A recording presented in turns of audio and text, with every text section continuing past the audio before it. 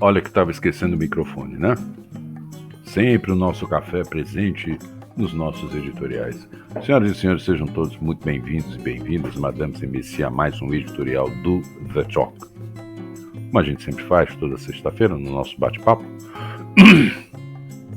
estamos aqui para apresentar. Hoje tem serviço, tá, gente? A gente vai apresentar pelo menos alguma parte que está sendo preparado para a edição do dia 9. Dia 9 não, a edição 9 do dia 31 de agosto. A gente já está começando a trabalhar com algumas coisinhas aqui, né? E como eu sempre faço nos nossos editoriais, eu peço a atenção de todos vocês para aquele pedido tradicionalíssimo do nosso editorial, que é abstrair os sons ao redor. Cachorrada, está comparecendo. Agora no momento não, a gente está comparecendo com muita força, muita vitalidade canina. A gente deve estar comendo uma ração diferente, um patê especial. Estão plenos pulmões. Gato voando, tá? Com certeza tem mais gato que morcego aqui no quarteirão. E temos também o CrossFit, que anda melhorando bastante seu repertório, né? As músicas estão muito boas, né? A gente já reclamava, estava um funk ginecológico, não estava muito bom. Mas agora está excelente, está muito bom. Trilha sonora aprovada, aprovadíssima. E temos também, mais ao longe, pessoas utilizando a quadra de futebol de salão da escola adventista. Então tá uma festa, né? Essa sexta-feira, todo mundo muito louco, jogando bola, fazendo crossfit, correndo para tudo quanto é lado, se jogando no chão. Ah, beleza, CrossFit. Não sei se vocês já viram uma sessão. De vez em quando eu passo na porta, dou uma olhadinha e pula, e se pendura, e joga o peso no chão, pega o peso no chão, sai correndo quarteirão afora. É uma beleza, né? Isso é o CrossFit, né? Sei lá, uma academia do século XXI. Eu não consigo entender muito as coisas do mundo ultimamente. Confesso aqui a minha ignorância. E por isso eu peço para esse conjunto de sons que, né, tendem a invadir este singelo microfone, um pouco de paciência de todos vocês, das senhoras e dos senhores aí presentes, um voto de confiança e de crédito para este humilíssimo editor, para a abstração dos sons ao redor. Abstraem os sons ao redor, né? Como eu sempre faço nos editoriais, tá bom? Hoje temos serviço? Hoje temos serviço, hoje temos serviço. E está na tela aí para vocês, tá? As primeiras tentativas de alguma coisa parecida com edição 9, entendeu? Deixa eu fazer um pouquinho de zoom aqui, para a gente pegar alguns detalhes, tá? Resolvi trabalhar com coisas que não tem nada a ver. Nesse mundo de alvoroço, onde tudo não dá esmo, eu não vou continuar a rima, tá, gente? Porque isso é uma rima de porta de rodoviária. Não dá para falar, né? Só se fosse um papo reto, daria para falar. Mas eu não vou falar o resto do verso, tá bom? Que é de porta de rodoviária. Mas nesse mundo de alvoroço, onde tudo nada a esmo e nada mais faz sentido, eu resolvi enfiar a cara por aí, ver o que me agrada aí para colocar no The Talk. O critério é não ter critério. Então tá aqui um pouco do trabalho da capa, tá? Eu coloquei entrevistão dessa edição, na verdade, entrevistão com o nome do nosso querido entrevistado para esse próximo The Talk ao vivo. Para quem não sabe, o The Talk ao vivo é a mesma coisa que o entrevistão, é uma parte do The Talk ao vivo vai para a segunda parte do The Talk, né? Ou quando não, ele todo na íntegra, quando dá, entendeu? E, obviamente, como é uma espécie de segredo industrial aqui na jogada, eu vou, de uma certa forma, evitar colocar o nome do entrevistado. O segredo é a alma do negócio. Quando chegar lá para o final de agosto, né, já que estamos no fim de julho, só faltam 30 dias para a chegada do final de agosto, aí talvez saia o The Talk ao vivo, aí vocês já sabem quem está na entrevista. Por enquanto, a gente vai montando esse croquis aqui, trabalhando com algumas palhetas que não tem nada a ver, tudo muito louco, não necessariamente louco, psicodélico, blá, blá, blá, blá, blá, mas, né,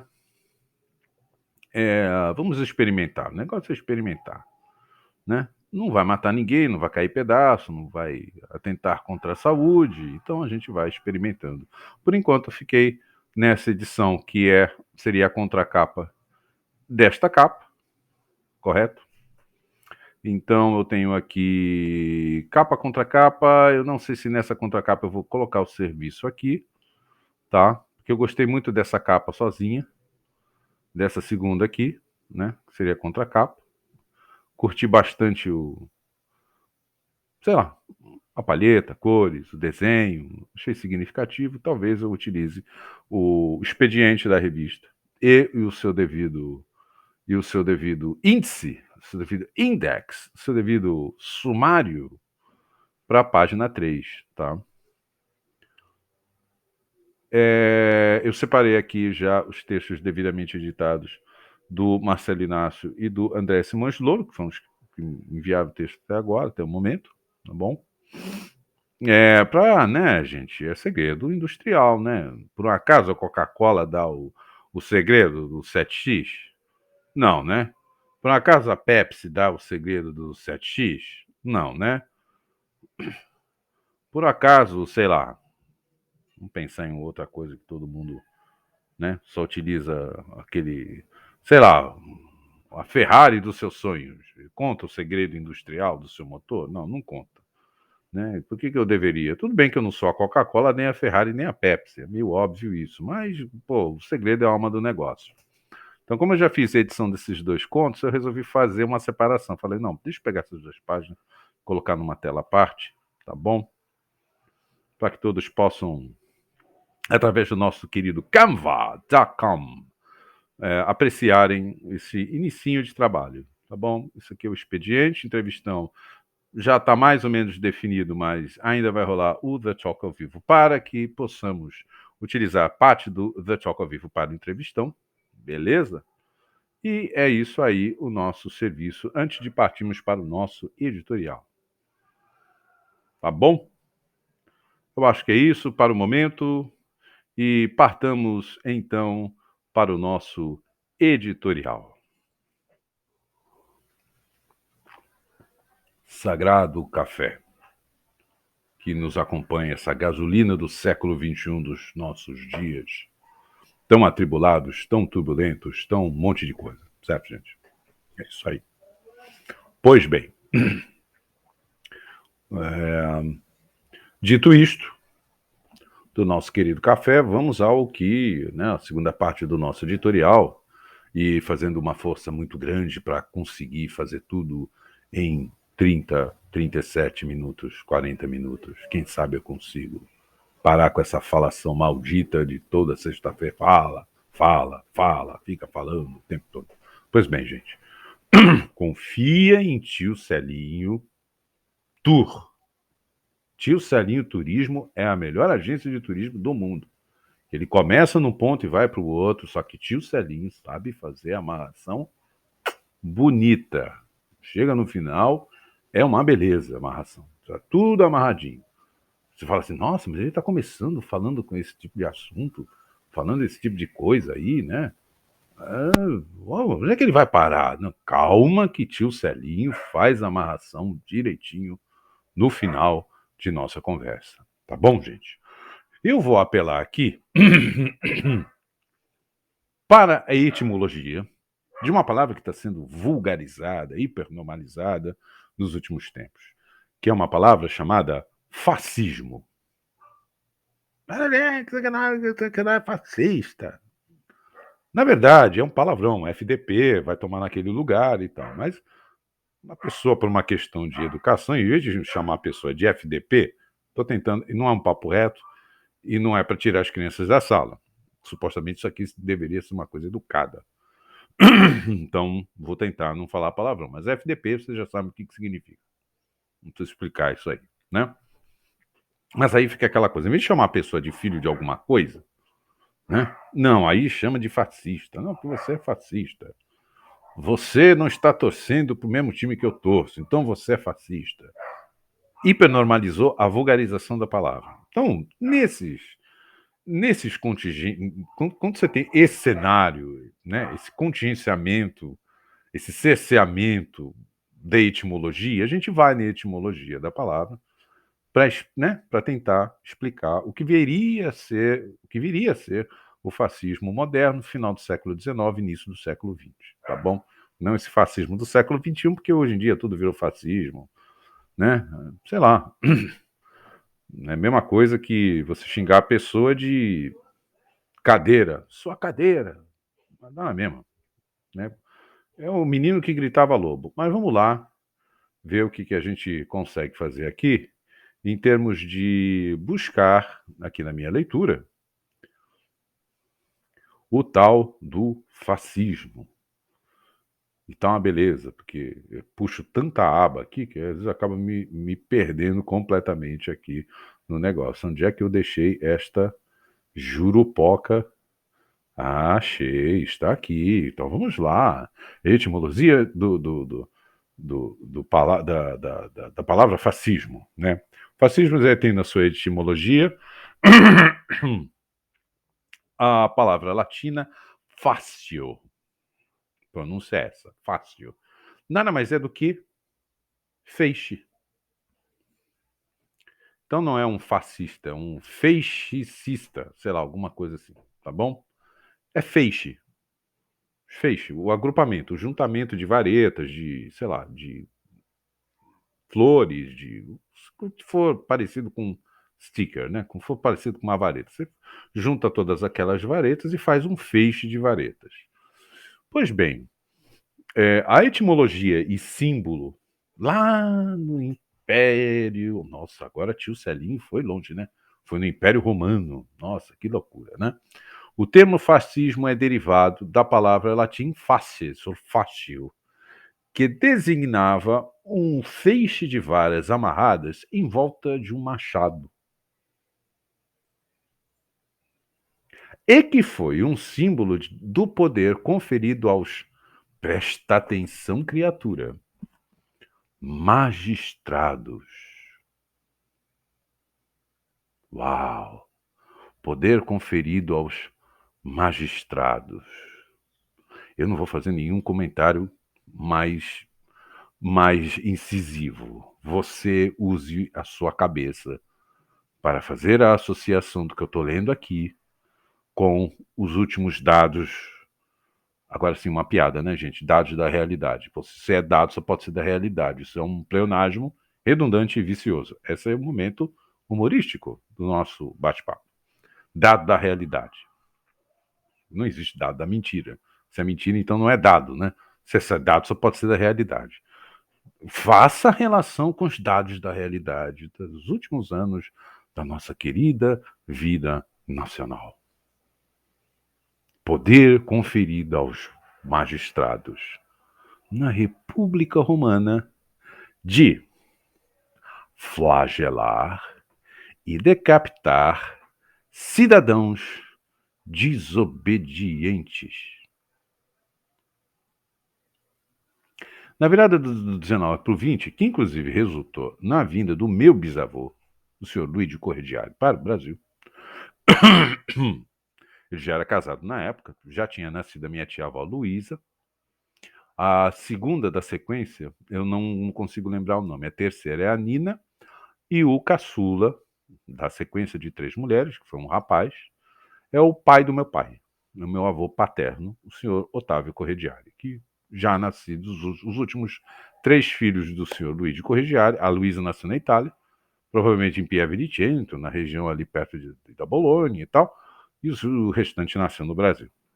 Meu avô nasceu em Amparo, interior de São Paulo. Pois bem, por que o meu bisavô veio para o Brasil? Ele estava passando fome na Itália. Não tinha economia, não tinha emprego, não tinha trabalho. Quando tinha trabalho é para... Não comprava nem um prato de comida no final do dia. Era um país miserável. Foi por isso que ele veio para o Brasil. Para trás do Eldorado. Só que aí o que acontece? Também temos uma pequena contribuição da situação social e política da querida Itália, né? Por exemplo, Como é que você consegue convencer um sujeito formado em regência e pontuação, que eu venho de uma família de músicos, pode parecer que não, viu, gente?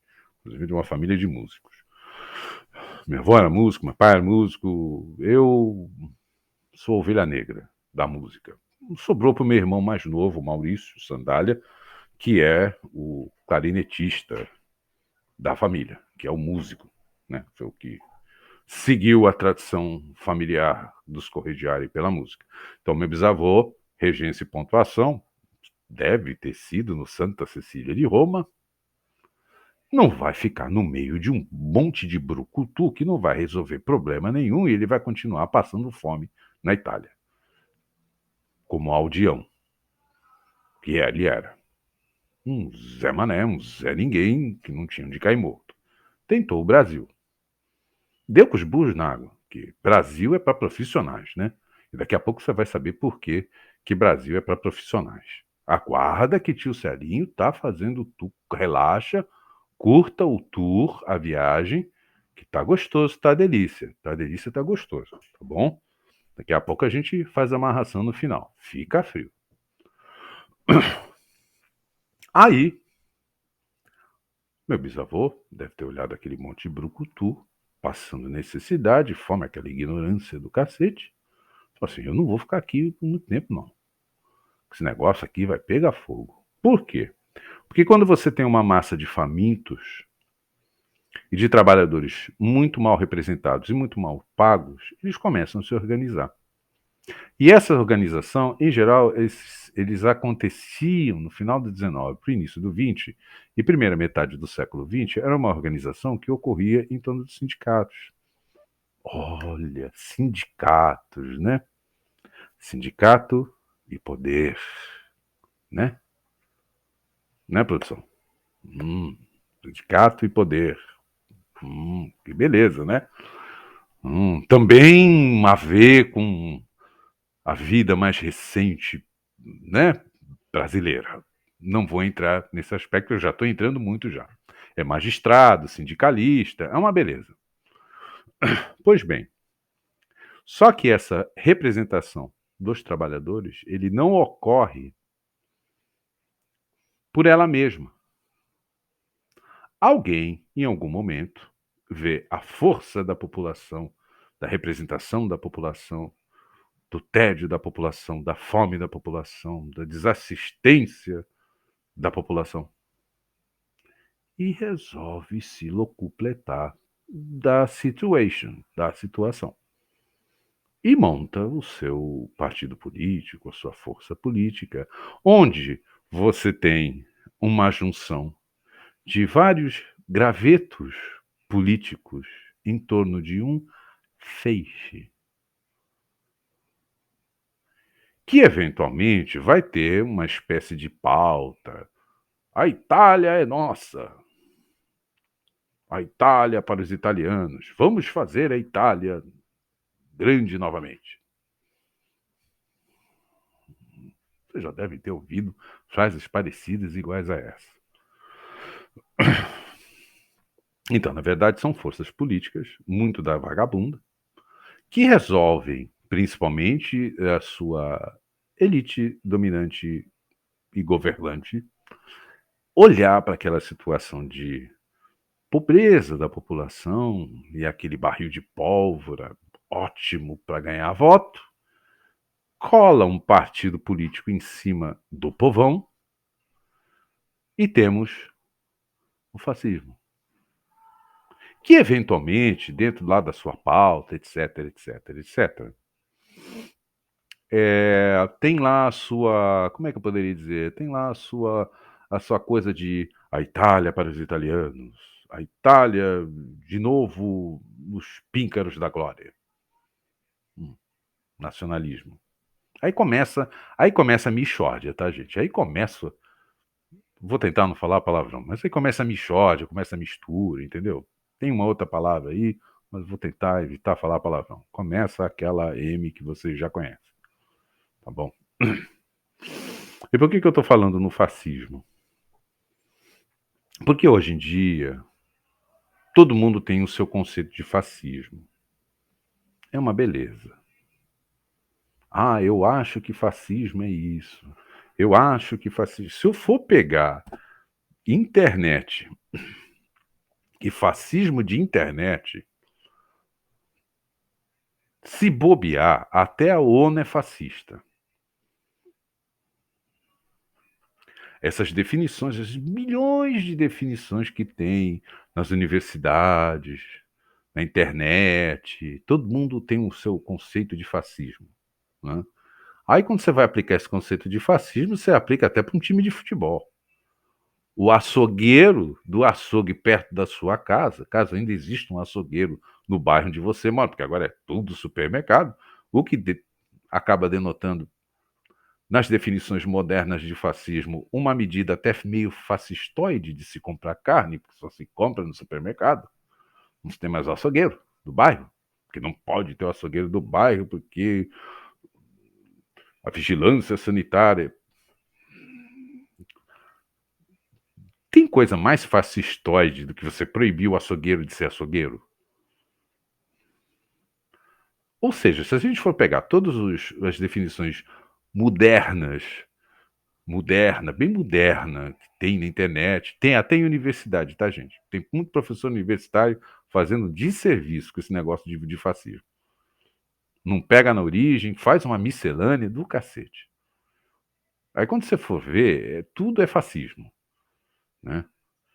E até tem umas coisinhas bem fascistóides, como por exemplo, você comprar sua carne numa loja de carnes bonitona, daquelas marcas sofisticadas, todo mundo já conhece, ou supermercado. Acabou o açougueiro do bairro. Mas daqui a pouco até o açougueiro do bairro vai ser fascista, quer dizer. Linguiça é fascista, caneta é fascista, né? Minha xícara de café aqui é fascista, tudo vira fascista, tudo vira fascistoide, entendeu? Então vamos na definição da origem romana e do fascismo moderno, final do século XIX, início do século XX, para pensar isso direito. Porque qualquer pessoa que, eventualmente, seja uma nacionalista, é fascista. E se você for de um sindicato, por definição é fascista. Faz parte do feixe. Bom, tudo é fascismo agora? Não estou entendendo esse negócio. Dentro desse rolo, por que eu estou tratando essa questão? Nesta última semana, na virada de sábado para domingo, numa apresentação, se não me engano, em Nova York, a filha de João Gilberto, acho que é filha do João Gilberto, tudo leva a crer que é filha de João Gilberto, a minha ignorância é enorme. Bebel Gilberto, não sei se ela entra com uma bandeira, ela recebeu uma bandeira do Brasil durante a apresentação dela, pôs no chão e sambou em cima. Enfim, eu estou tentando resumir aqui, a notícia você já sabe, a notícia você já conhece, não preciso ficar repetindo aqui. Pois bem, porque sendo ela de oposição, tá? A bandeira do Brasil foi tomada pelos fascistas da situação, do atual governo, que está chegando ao final do mandato no Brasil. Né? A coisa do bolsonarismo. Porque eles tomaram as cores do nosso país e da nossa bandeira. Eles andam com a nossa bandeira, que é uma bandeira nossa. Claro que a bandeira é nossa. Eles tomaram esse símbolo. Não, eles não tomaram nada. Não tomaram nada. Porque esse é um nacionalismo muito parecido com o fascismo. Tá. De uma certa forma, concordo. Não estou discordando, não. Só que acontece o seguinte: presta atenção, criatura. Se eu chegar em Londres agora, vou lá, visito meus amigos, vou fazer meu turismo. Se alguma pessoa da Inglaterra quiser me agradar, ela vai me dar uma bandeira do Brasil, mesmo eu sendo de esquerda. Por quê? Porque o símbolo do Brasil é a sua bandeira. Assim como o símbolo do Reino Unido é a The Union Jack, Assim como o símbolo do Japão é a bandeira branca com uma bola vermelha no meio, que é o sol, né? Le Soleil Levant, que é o sol nascente, assim como a bandeira da França né? São 3 faixas, azul, branco e vermelho, e cada lugar do mundo, cada estado, cada condado tem a sua representação simbólica. Independente se essa representação simbólica está sendo tomada pelos malfeitores da oposição ou da situação, dependendo de como for a governança. Isso independe. Se você receber um francês na sua casa, no seu bairro, o que você vai fazer para agradá-lo? Uma festa temática com as cores da bandeira da França. Ah, não. Mas as cores da bandeira da França não, porque agora a bandeira da França está sendo utilizada pelos ultradireitas parisienses. Não. É um símbolo da nacionalidade do amigo visitante francês que está visitando sua casa, que está visitando seu bairro. E assim vale para o camaronês. Qual é a primeira coisa que vem na tua cabeça quando um camaronês aparece na rua onde você mora? A bandeira, o território, a localização desse território no planeta Terra. E como é que esse território é representado? Por um símbolo, que é a bandeira de Camarões, ou a bandeira da França, ou a bandeira do Brasil, dependendo de qual for lá o país do cara lá. Né? No caso do Canadá tem uma folha lá, um maple leaf lá na bandeira e tal. É um símbolo do lugar que foi para a bandeira. Simples assim. Que representa o país diante de todas as demais, diante de todos os demais países da comunidade internacional, da coletividade de países. É representada por essa bandeira. Toda vez que você está diante desse símbolo, tome um pouco de cuidado. Porque se de repente você é um russófobo, russófobo não, russofóbico, acho que é russofóbico, né? Russofóbico de carteirinha. Odeia a Rússia porque o Putin, o Putin é um Putin, né? E tal. Ai, eu odeio esse negócio de Rússia. Sou russofóbico. Aquele bando de bandido que tem lá na Rússia. Tá. E você recebe uma bandeira da Rússia. Porque você é russofóbico, você faz o que com a bandeira? Põe fogo, pisa em cima, limpa o nariz. E o resto da população da Rússia que não curte muito o Putin? Fica como? Percebem que o símbolo é de uma coletividade altamente fragmentada. Você vai ter situação, você vai ter oposição dentro daquele território sob uma determinada bandeira. Quando você recebe essa bandeira, você não faz esse tipo de coisa que a Bebel Gilberto fez no palco. Você não faz. Se ela tivesse recebido uma bandeira verde e amarela, não é a bandeira do Brasil. É uma bandeira que tinha uma faixa verde, uma faixa amarela, uma faixa verde e uma faixa amarela. Talvez ela fizesse um discurso. Esta bandeira representa a oposição, aquele bando de fascista. E eu vou sambar em cima dos fascistas. Aí põe a bandeira, mas não a bandeira do Brasil. Porque a bandeira do Brasil é de todo mundo, inclusive da oposição. Isso é uma coisa meio óbvia de se falar, né? Porque mesmo que você seja da oposição, você não luta por melhores condições do povo angolano. Você não luta por melhores condições e o fim da miséria do povo vietnamita. Você não luta pelo fim da injustiça, pela igualdade, pela inclusão do povo tunisiano.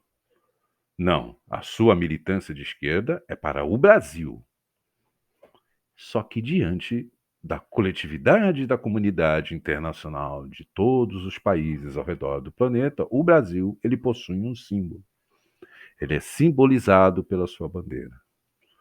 Então, quando você samba em cima de uma bandeira, você samba inclusive na cara de gente que está sentado do mesmo lado da mesa que o seu. Tome cuidado. Por uma questão de consciência, a própria Bebel Gilberto, passado aquele momento insano da paixão política, porque eu detesto fascista, todo mundo que não concorda comigo é fascista. Eu quero que todo mundo seja empalado. Tá bom. Tá bom, Numas, né? Não é essa a solução do negócio. Mas eu quero empalar todos os fascistas. Inclusive, quem não concordar comigo, vira fascista, eu empalo do mesmo jeito. Isso está me cheirando a vendetta. Isso não é organização política, isso não é para benefício do país, coisíssima nenhuma. Mas tudo bem. Vamos pular essa parte. Tá? Só que quando você pega o símbolo e faz isso, você faz para todo mundo. Situação e oposição. Simbolicamente, fica um negócio ruim. Porque eu, sendo uma pessoa oriunda do flanco esquerdo da mesa, eu não luto por melhores condições da Argentina. Eu sou solidário à luta. Mas eu brigo primeiro pelos meus aqui, sei lá, no Brasil. E eu, querendo o melhor para o Brasil, felizmente ou infelizmente, eu tenho como símbolo do território onde eu moro, do país onde eu moro, da língua que eu utilizo. Ela é representada diante de toda a coletividade internacional por essa bandeira. É óbvio que a Bebel Gilberto, quando baixou, né, o destempero, ela pegou, alisou a bandeira, pediu desculpa, etc, etc, etc. Beleza. Poxa, foi um destempero meu, gostaria de pedir desculpa. Que bom que pediu na hora. Não esperou. Desculpe o palavrão, tá, gente? Mas não esperou a merda secar. Foi lá e limpou. Ótimo. É isso mesmo. Parabéns. Tem que ter meu apoio. Só que é um negócio complicado. Depois que você faz, o primeiro impacto acaba sendo maior do que o segundo impacto do pedido de desculpas. Principalmente gente que está numa polarização política tão absurda que, obviamente, vai aproveitar o ensejo para destilar o ódio. Por que eu estou utilizando? Agora sim a gente vai para a parte final do nosso editorial. Por que eu estou utilizando esse evento do último sábado para domingo, acho que era 23 para 24, que aconteceu nessa semana, logo depois que saiu o The Talk, né, do terceiro Papo Reto do ano. Convido vocês a assistirem a esse editorial, que foi o editorial da última sexta-feira. Por que eu estou tocando nesse assunto? A partir deste evento do show da Bebel Gilberto. O Flávio Viegas Amoreira, que é um dos nossos principais autores aqui da cidade, da região, tá? Tem outros também muito nacionalmente conhecidos e tal. Vou tentar aqui evitar falar nomes e de repente esqueço algum nome que é nacionalmente conhecido a partir aqui da cidade de Santos, para não causar. Oh, você falou o nome do Flávio, não falou os outros nomes, né? Para evitar esse tipo de desavença, né? A gente me parando na rua, poxa, você citou o nome do fulano e não citou o outro. Tem alguns nomes aqui, a partir de Santos, nacionalmente conhecidos, dentro da literatura, poesia e prosa de ficção, tá bom, gente? Crônica também e tal. Alguns que vão alcançar, já estão alcançando o estrelato, nacionalmente falando, etc, etc, mas vou tentar aqui evitar melindres na hora de citar nomes. Mas o Flávio fala uma coisa que é a seguinte: é impossível você ser um grande ator sem cultura literária. É impossível você ser um grande diretor de cinema, um grande roteirista sem cultura literária. É impossível você ser um grande artista sem a cultura literária. É obviamente que tanto eu quanto o Flávio, aqui neste momento, estão puxando a brasa para nossa sardinha. É óbvio. Não estou aqui passando pano para ninguém, não, nem para mim mesmo. Pô, se eu publico o The Talk, que é uma folha literária, onde publicamos prosa de ficção, produzimos ficção e publicamos ficção, produzimos literatura aqui nesta folha literária, é óbvio que fica meio óbvio que eu estou sendo meio corporativista nesse momento. Tudo bem que eu não estou sozinho, tá? O Flávio é da opinião que não é possível você formar o grande artista sem a cultura literária.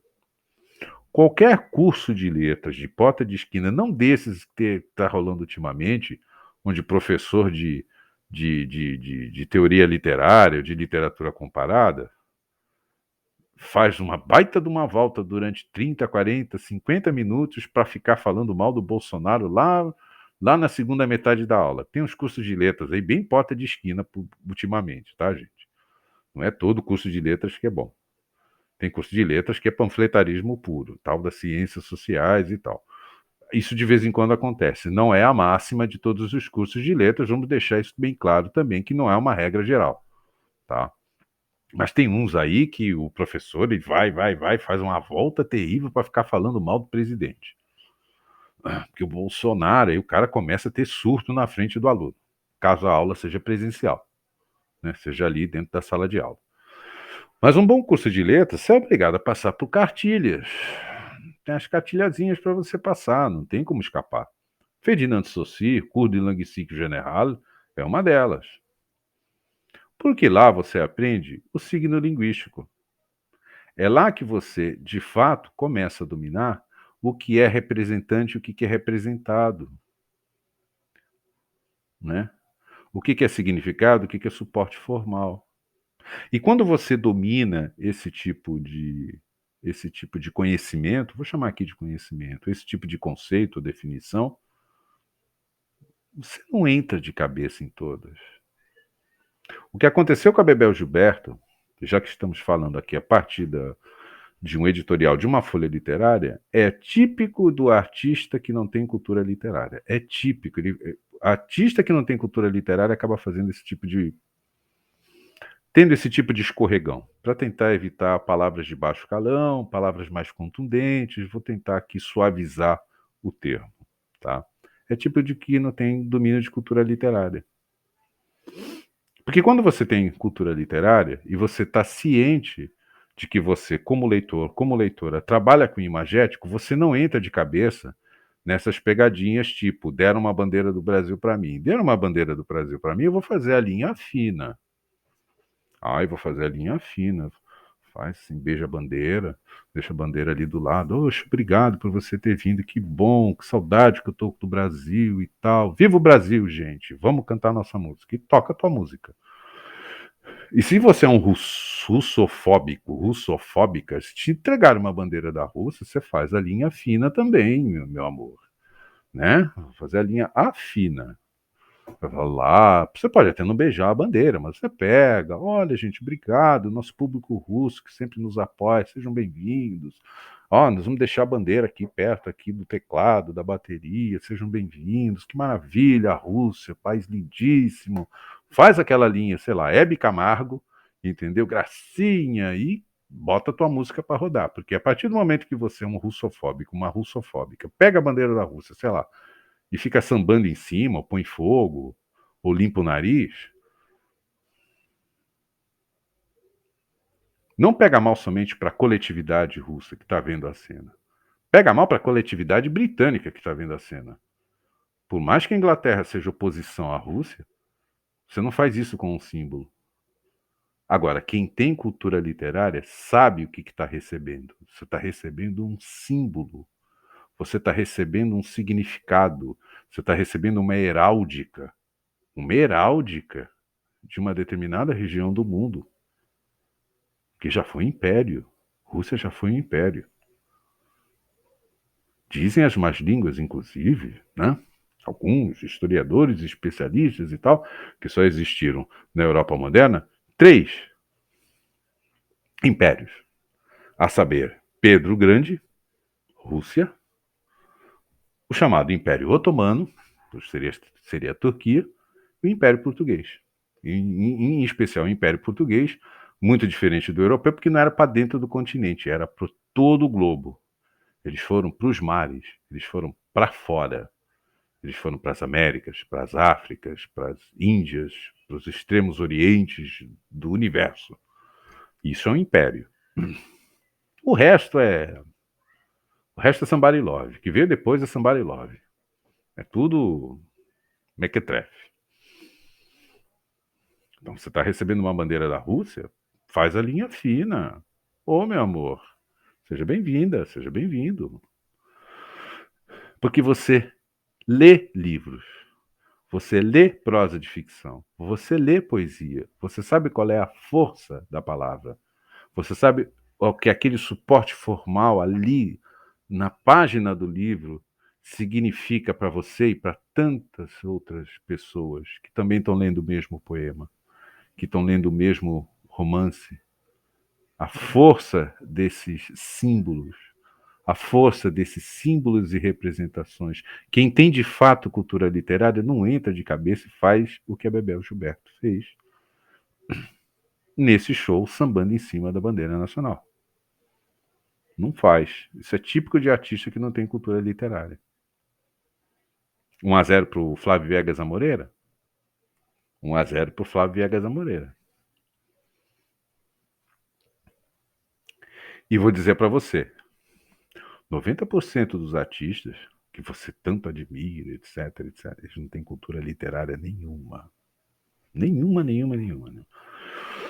Ah, mas a letra é tão bonita. A letra é muito bonita, mas não tem cultura literária nenhuma. Não tem menor noção do que é significante e significado. O que é significado, o que é suporte formal, o que é simbologia e representação, o que é semiologia, o que é semiótica. Não faz a menor ideia. São grandes letristas? São grandes músicos? São canções que você corre para assistir o show ao vivo, na praia, na praça, no ginásio, pagou uma baita nota pelo ingresso e tal. São, mas na hora que você senta para conversar, você percebe que não tem cultura literária absolutamente nenhuma. E quem não tem cultura literária não sabe o que é representação, o que é símbolo e representação, não sabe o que é suporte formal, o que é significado. Resultado, na hora que sobe aquela cólera de que aquele símbolo agora representa a situação contra, contra a qual sou oposição. Não, aquilo é o símbolo de um país, toma cuidado. É de um país inteiro, de todo mundo. Mas é óbvio que se você não está cultivando cultura literária, se você lê um livro por ano, vai ficar difícil. Porque você, na paixão do fogo político, da polarização, você acaba fazendo o que a Bebel Gilberto fez no sábado passado. É meio típico de artista que não domina a cultura literária. Que quando você domina, você toma um baita de um cuidado quando você recebe um símbolo, seja ele qual for, você toma um baita cuidado. Você não sai sambando, chutando determinados símbolos, que você sabe que você vai arrumar uma baita dor de cabeça. Por mais que você peça desculpas depois em rede social, que aí acaba ficando um negócio. O bom é não fazer. Agora, como é que você não faz? Não entra no símbolo. Não entra no símbolo. Não põe símbolo, não põe sinal. Ou se você receber o sinal, tome cuidado. Dependendo do tipo de símbolo, dependendo do tipo de representação, você está em maus lençóis. Quando eu chego aqui e digo que artistas em trajes civis, longe do seu fazer artístico, é uma praga. Tá aí o exemplo do que aconteceu no último sábado. E típico de artista que não tem cultura literária alguma. São bons de representar, atores, atrizes, diretores, artes cênicas, audiovisual, são ótimos. Mas zero de experiência em relação ao signo linguístico. E é pelo signo linguístico que você não entra em determinadas roubadas, como essa que aconteceu no show da Bebel Gilberto, que a Bebel Gilberto abraçou, achou que estava fazendo um grande negócio. Isso é falta de cultura literária. Veja bem, não estou chamando ninguém aqui de iletrado, de uma certa forma até sim, mas não estou chamando de analfabeto. Tecnicamente, se você der um livro para Bebel Gilberto, ela vai ler, vai entender, vai compreender, etc, etc. Mas ela ainda não entendeu o carro-chefe da prosa de ficção e da poesia, em que pese ela ser uma grande letrista. Ela não entendeu ainda. Deve estar com a minha idade. E não entendeu ainda. Veio da família que veio, filha de quem foi. Não entendeu a cultura literária. E a gente chega até a duvidar se, de repente, ela tem uma carga de leitura boa o bastante, consistente o bastante, para ela definitivamente ter essa pujança, né, literária. E certamente, se ela tivesse, não teria feito o que fez no sábado. Mas aí eu pego o exemplo da Bebel para fazer afirmações meio contundentes aqui. Tem muito, muito, muito, muito artista que não tem nada de cultura literária e que, de repente, estaria fazendo um trabalho muito, muito, muito, mas muito melhor se a tivesse, a saber, a cultura literária. Não tem. Dá para confiar na classe artística 300% em termos de fazer culturalmente uma grande oposição? Eu tenho minhas dúvidas hoje em dia. Porque tivemos um exemplo no último sábado. Tem cultura literária? Eu estou em dúvida. Porque quem tem cultura literária não embarca nessa, não entra de cabeça em determinadas questões. Quem tem cultura literária não entra de cabeça na questão do racismo, não entra de cabeça na questão do fascismo, não entra de cabeça na questão do machismo, não entra de cabeça. Vai primeiro olhar e tentar entender o signo, o suporte formal, ou quais seriam os significados supostamente atribuídos a esse suporte formal. Porque é errado achar que a bandeira do Brasil é representação de bolsonarista. É muito errado. É a representação de uma nação.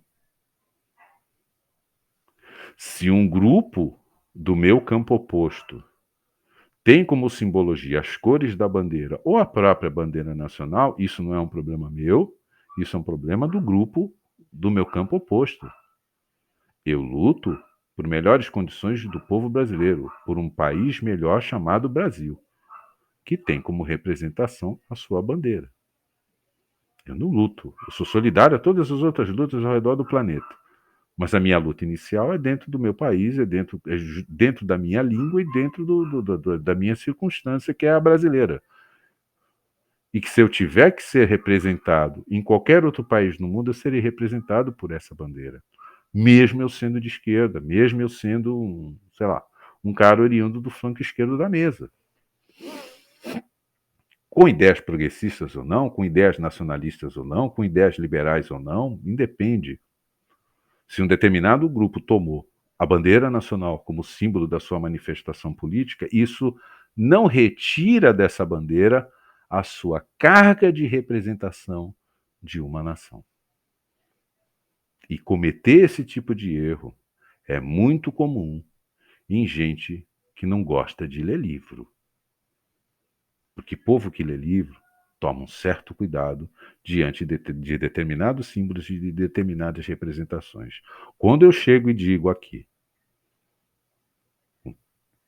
de coração aberto, na maioria das vezes, de que o Brasil não gosta de livro, está aí a prova. Está aí a prova.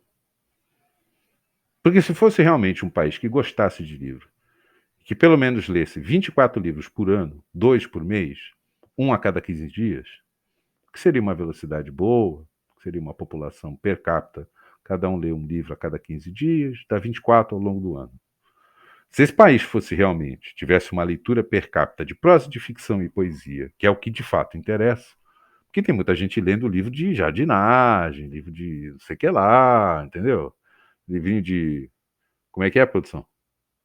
Né? De livro de, sei lá, de autoajuda, administração Me ajuda a te ajudar, aquelas coisas todas que também está dentro de livro, mas estou falando aqui de prosa, de ficção e poesia. Se esse país ele gastasse a cada 15 dias um romance literário e na segunda quinzena um livro de poesia, teria cultura literária suficiente para não embarcar de cabeça, se jogar de cabeça na primeira bola dividida que tivesse rolando na lateral do campo ou no grande círculo. Não entra.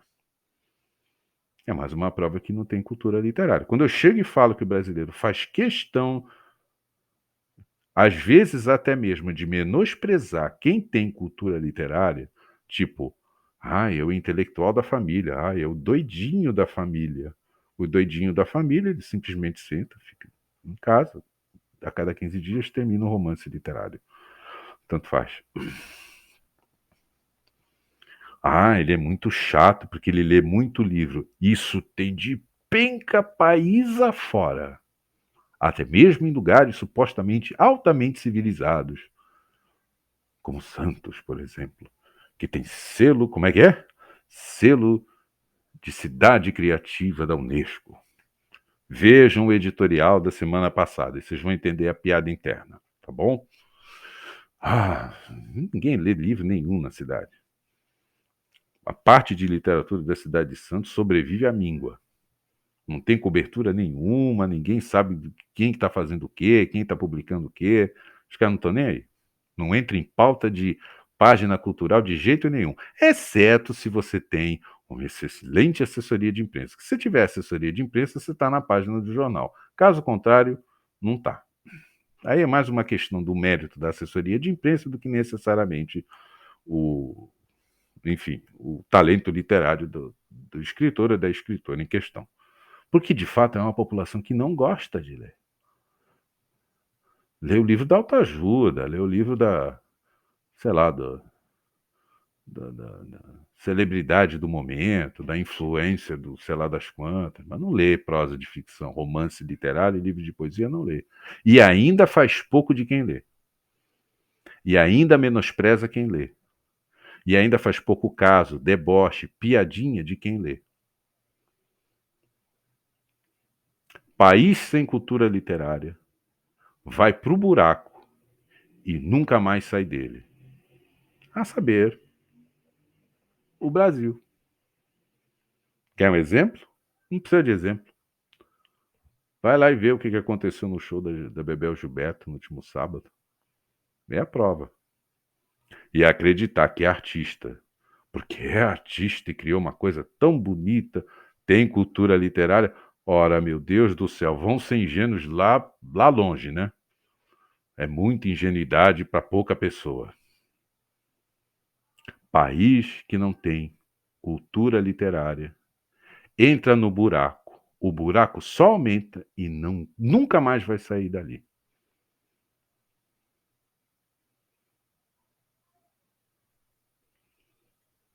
Eu acho que o nosso país já entrou nesse buraco e não há a menor possibilidade de sair dele, que não seja pela cultura literária. Fica confiando em candidato A, candidato B, candidato C, o vereador não sei o que, o prefeito não... Fica confiando nessa gente e não corre para a cultura literária e não vai ler os livros que você precisa ler para tu ver o que vai se transformar este fim de mundo deste país, cuja leitura per capita a gente está perdendo daqui a pouco até para o Suriname. A Guiana Inglesa está lendo mais livro que a gente. Beleza? E queremos construir uma grande civilização, uma grande nação sem cultura literária? É isso, pessoal. Como sempre, nunca consigo fazer a coisa dentro de 30 minutos, jamais aquela 1 hora de fala. Mas, enfim, deixei aqui o meu recado, né, em favor da cultura literária, tão esculhambada e tão menosprezada, não somente por artistas, mas também por intelectuais que também ultimamente não andam lendo nenhuma obra de ficção, nenhum romance literário, nem sabe quem são os novos poetas que estão na praça, né? E pela massa da população que num momento desse deve estar se atolando no primeiro piseiro que estiver tocando em algum bar da esquina. Este é o caminho que trilhamos, né? É isso, né? Então, não deu para fazer em 30 minutos, acabou saindo quase 1 hora de falação, como sempre. Hoje voltamos a, né, finalizaremos o nosso editorial da forma como sempre finalizamos e desejando a vocês todos que vocês tenham um excelente final de semana, nessa sexta, sábado e domingo, junto aos seus amados, junto às suas amadas, junto aos seus queridos, junto às suas queridas, da forma menos atribulada que possamos ter um excelente final de semana. Tá bom, gente? Eu deixo aqui um beijão para você que teve essa paciência toda de chegar até esse ponto do editorial, né, que a maioria pula fora logo no começo ou no meio, mas você que esteve aqui comigo até o fim deste editorial, meu coração para vocês e tenham um excelente final de semana, tá bom, gente? Deixo aqui um beijo, um super beijão para vocês e até a próxima sexta.